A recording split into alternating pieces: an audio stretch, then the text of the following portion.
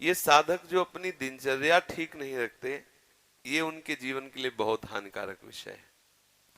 हमारे लिए जितना नाम जप आवश्यक है, उतना ही प्राणायाम आवश्यक है, उतना ही व्यायाम आवश्यक है, उतना ही टहलना आवश्यक है, उतना ही सोना आवश्यक है, उतना ही सात्विक आहार आवश्यक है।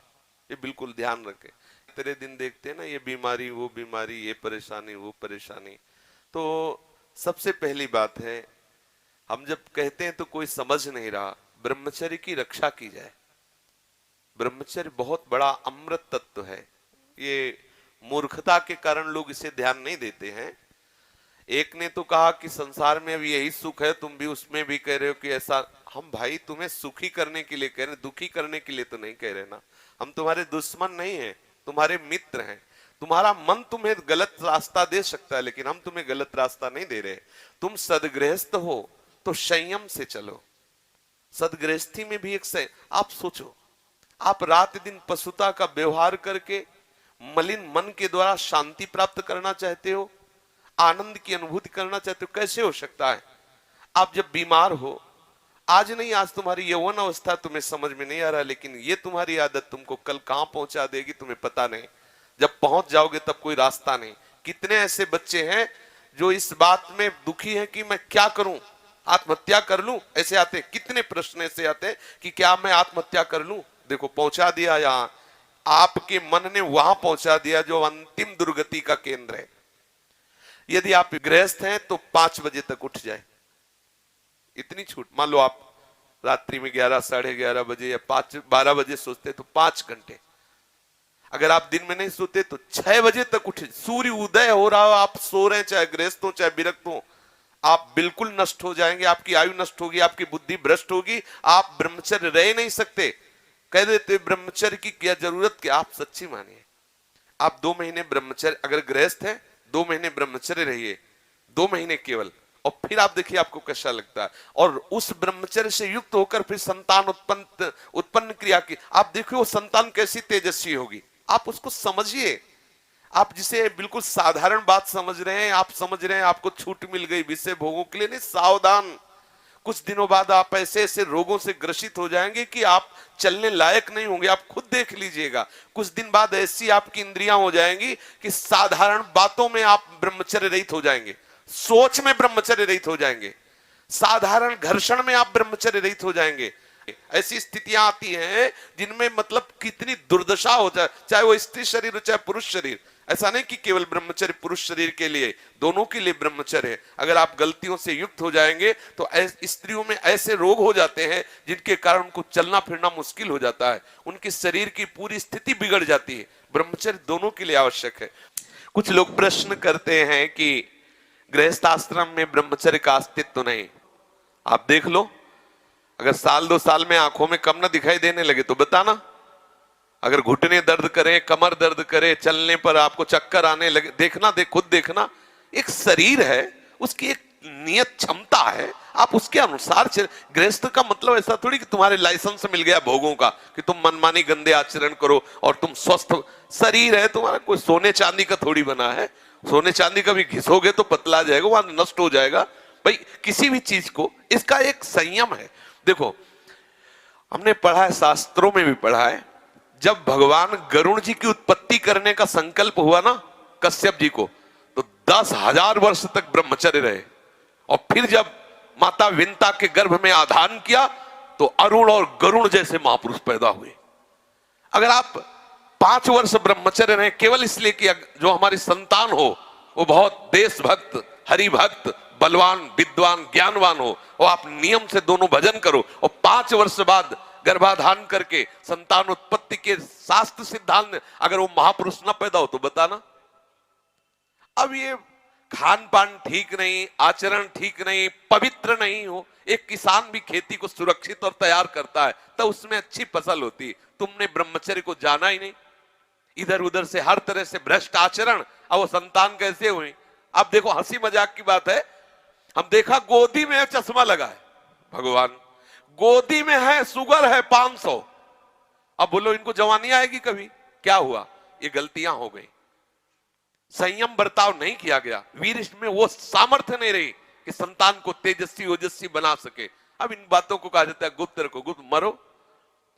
भाई आप जैसे कह रहे हैं सब कहने सुन, तो देख लो आगे तुम्हारे आ जाएगा। अगर उठने में तुम्हें तकलीफ ना होने लगे कहना, अगर बादाम ज्यादा खाओगे तो लीवर खराब हो जाएगा, देख कुछ दिन बाद देख लेना। ये जो लोग कहते हैं ना कि अरे बाबा लोग सब कहते हैं, देख लेना तुम्हारे पुरखा पानी पा जाएंगे। तुम तो हमारी आत्मा हो, इसलिए हम तुम्हें प्यार से समझाते हैं। जैसे हम कहते हैं तुम ब्रह्मचर्य रहो, हस्त मैथुन मत करो, गंदे आचरण मत करो, व्यभिचार मत करो। ये ब्याह की जो एक प्रक्रिया है आपको एक सीमित बांधने के लिए है कि आप भ्रष्ट आचरण न करें, आप धर्म से युक्त होकर भगवत मार्ग में चलें, आराधना करते हुए एक आराधक की तरह एक संयमित जीवन व्यतीत करें। लेकिन वो माना जाता है कि बाबा लोग हैं। कुछ लोग कहते हैं पहले खुद को देख लो, बाबा लोग जेल में हैं। एक खेती में सब फसल एक जैसी नहीं होती। अगर कहा जाए कि सब दुकानदार बेईमानी होते हैं या सब खेती में एक ही जैसी फसल नहीं, कोई गन्ने की भी फसल, गन्ने में भी कई क्वालिटियां होती है, आलू की भी कई क्वालिटियां होती है, ऐसे अलग अलग वृत्ति है, अलग अलग भाव है। तो हमारी बात को आज अगर नहीं मानोगे तो कल तुम्हें पछताना पड़ेगा, पक्का समझ लीजिए। संयम से चलो, गृहस्थ धर्म में रहते हुए भगवत प्राप्ति के योग्य हो जाओगे। जब आपको ऐसा लगे आपके पास तो व्यवस्था है, लगा कि अब मैं नहीं रह सकता, तो भगवान ने आपको इसीलिए रास्ता दिया गृहस्थ का कि आप पति पत्नी मिलकर के काम पर विजय प्राप्त करें। इसलिए नहीं दिया कि आप भ्रष्ट होते रहे। समझिए, आपके पास किला है, किले की आड़ से आप अपने को बचा सकते हैं, लेकिन विरक्त विरक्त मैदान की लड़ाई है। ये जो लोग कहते हैं ना कि गुप्त रूप से नहीं, भूल न दें कुमार, ऐसा नहीं होता। तुम भ्रष्ट आचरण वाले, तुम्हारे पास चश्मा ही नहीं जिसे जानते हो कि कैसे विरक्त रहते हैं। रात दिन चलते हुए सच्चिदानंद तत्व में स्थित रहते। तुम्हें क्या पता, तुम्हें लगता है बाबा लोग हराम की खाते मौज मस्ती से रहते, हमको उपदेश करते हैं। अगर हमारी तरह तुम बैठ जाओगे ना, जैसे हम तुम्हें कह दें कि ऐसे रहो, तुम्हारे होश उड़ जाएंगे। ऐसे तुम खिलवाड़ समझते हो क्या? मनीराम को पकड़ के ठीक प्रभु के चरणारविंद में लगाए रहना, तुम इसे खेल समझते हो क्या? एक बार भगवान शंकराचार्य जी ने देखा कि वो मछली पकड़ने वाले वो ऐसे एकदम एकाग्र हुए, ऐसे नहीं, वो बंसी डाल ऐसे बैठे हैं। नजदीक गए, बोले भैया कितने रुपए कमा लेते हो? बोले सुबह से शाम तक लगे रहते हैं, 50 रुपए तो आ ही जाते हो पहले के समय, शंकराचार्य जी के समय। बोले ठीक है, हम तुम्हें 2 घंटे के 50 रुपया दिलवाएंगे, बस तुम आश्रम में बैठ के नारायण नारायण नाम का कीर्तन करो, बढ़िया भोजन मिलेगा, चलो लिवा गए। अब वो आश्रम में कहा बैठो नारायण नारायण करो। जे ही बैठे और नारायण, तो उनको आग लगी। बोले महाराज हमें वो ठीक, वहां अगर एक को न मिले तो ठीक, तुम्हारे यहाँ नारायण नारायण नहीं। भजन करना जानते हो, कोई खिलवाड़ समझते हो? थोड़ी देर निर्विषय होकर मन को प्रभु में लगा के देखो क्या दशा होती है। तो वास्तविक जीवन जीने की चेष्टा करो। गृहस्थी कोई वो मार्ग नहीं कि तुम गंदे आचरण से चलो, ऐसा नहीं है। हम आपको दिखाएं पति पत्नी सहित हैं और आज जीवन ब्रह्मचर्य का नियम लिए हैं और 35 साल की अवस्था है, दोनों सुंदर है, अपने ही समाज में है, अपने ही पास है। ऐसे कितने लोग, एक तो थोड़े ऐसे कितने हैं 30-35 की अवस्था, आजीवन के लिए संकल्प वृंदावन में करके संकल्प करके। अब बोलो कितनी बड़ी हिम्मत की बात है। दोनों नौजवान हो और संयम से भजन करने का नियम तो ये है। अब इनको कौन भ्रष्ट कर सकता है? जब स्वयं की सुंदरी पत्नी के साथ उन्होंने संयम का नियम ले लिया तो इन्हें कौन भ्रष्ट कर सकता है? ये जो उद्दंडता है इसे छोड़ो, बहुत हानि है, बहुत हानि। ब्रह्मचर्य हानि का मतलब है तुम रोज मर रहे हो, रोज मृत्यु को गले लगा रहे हो। एक नियम से चलो, एक संयम से चलो, जो एक शास्त्र मर्यादा है, तो उससे क्या होगा कि आप आनंदित रहोगे और एक दिन आपको वैराग्य हो जाएगा। उद्दंडता करोगे तो ये माया है, तुम्हें नष्ट कर देगी। 4 दिन का जीवन है, जितना आपका वीर क्षय होता जाएगा उतने आपके यंत्र सब खराब होते जाएंगे। अभी जवानी है ना, तो अभी नहीं समझ में आते, बाबा जी चिल्ला, ऐसे कितने लोग बोलते हैं बाबा जी कहता है ऐसा वैसा। बाबा जी नहीं कहता, देख लेना, परिणाम देख लेना। ये तुम्हारे जितने भी अंग हैं, जो प्रधान अंग हैं, इनको जब वो पहुंचेगा नहीं ना, तो ये सब देखो, गाड़ी में ना डालो पेट्रोल तो खराब हो जाएंगे। और इसके बाद आप अच्छे अच्छे पदार्थ पाओगे तो लीवर में उतनी सामर्थ्य नहीं रहेगी, वो पचाना बंद कर देगा, आपकी बहुत हानि हो जाएगी। संयम से चलोगे तो आनंदित रहोगे। संयम एक बहुत बड़ा पावर है। सोचो कितना आनंद है उसके रोकने में, जिसके निकालने में आप आनंद समझते हो। ये शास्त्र जो अनुभवी महापुरुषों ने किया है, लिखा है, तो उसको हमें अनुभव करने की जरूरत नहीं, अपने गुरुजनों की बात मान लेते हैं। देखो, एक होता क्रिया से अनुभव करना और एक होता ध्यानस्थ अनुभव करना। क्रिया में तो तुम चूक कर सकते हो क्योंकि बहिर्मुख हो, लेकिन ध्यानस्थ में बिल्कुल ठीक वही अनुभव होगा जो तुम्हारे मन में आ रहा है। जो तुम्हारा मन अनुभव कर रहा, ठीक ध्यान के द्वारा योगी वही बात अनुभव कर लेता है और वही बात लिख, जो संत जन लिखे हैं तो बोले ये मेरे अनुभव की बात, मेरे अनुभव को उन्होंने क्रिया नहीं की, उन्होंने क्रियात्मक मन को पकड़ा और उसका अनुभव करके वो लिख रहे हैं। हमें बात मान लेनी चाहिए। गृहस्थी में हो, कभी आवश्यक हुआ संतानोत्पत्ति के लिए काम क्रीड़ा करो, जो नियम है उसके अनुसार चलो, कोई रोक नहीं। हम सब ब्रह्म ऋषियों की संतान हैं। आप देखो आचार्य महापुरुषों की संतानें नहीं हुई क्या? तो कोई एकदम ऐसा नहीं, इसका मतलब ये ना समझा जाए कि हम पूरी सृष्टि को इस बात के लिए नहीं, हम तुम्हें बलवान बना रहे हैं। एक संयम से चलो, उचित आहार विहार करते हुए भगवत मार्ग के पथिक बनो। ये साधक जो अपनी दिनचर्या ठीक नहीं रखते, ये उनके जीवन के लिए बहुत हानिकारक विषय है।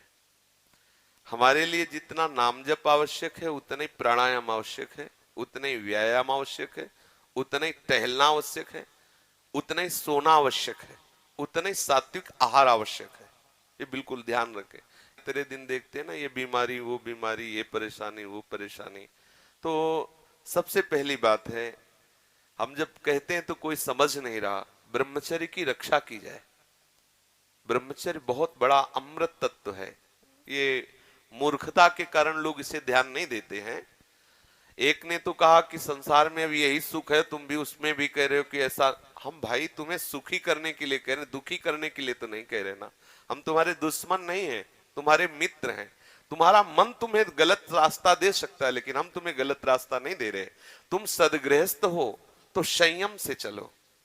सदगृहस्थी में भी एक आप सोचो, आप रात दिन पशुता का व्यवहार करके मलिन मन के द्वारा शांति प्राप्त करना चाहते हो, आनंद की अनुभूति करना चाहते हो, कैसे हो सकता है? आप जब बीमार हो, आज नहीं, आज तुम्हारी यौवन अवस्था तुम्हें समझ में नहीं आ रहा, लेकिन ये तुम्हारी आदत तुमको कल कहां पहुंचा देगी तुम्हें पता नहीं। जब पहुंच जाओगे तब कोई रास्ता नहीं। कितने ऐसे बच्चे हैं जो इस बात में दुखी हैं कि मैं क्या करूं, आत्महत्या कर लूं, ऐसे आते। कितने प्रश्न ऐसे आते कि क्या मैं आत्महत्या कर लूं? देखो पहुंचा दिया, यहां आपके मन ने वहां पहुंचा दिया जो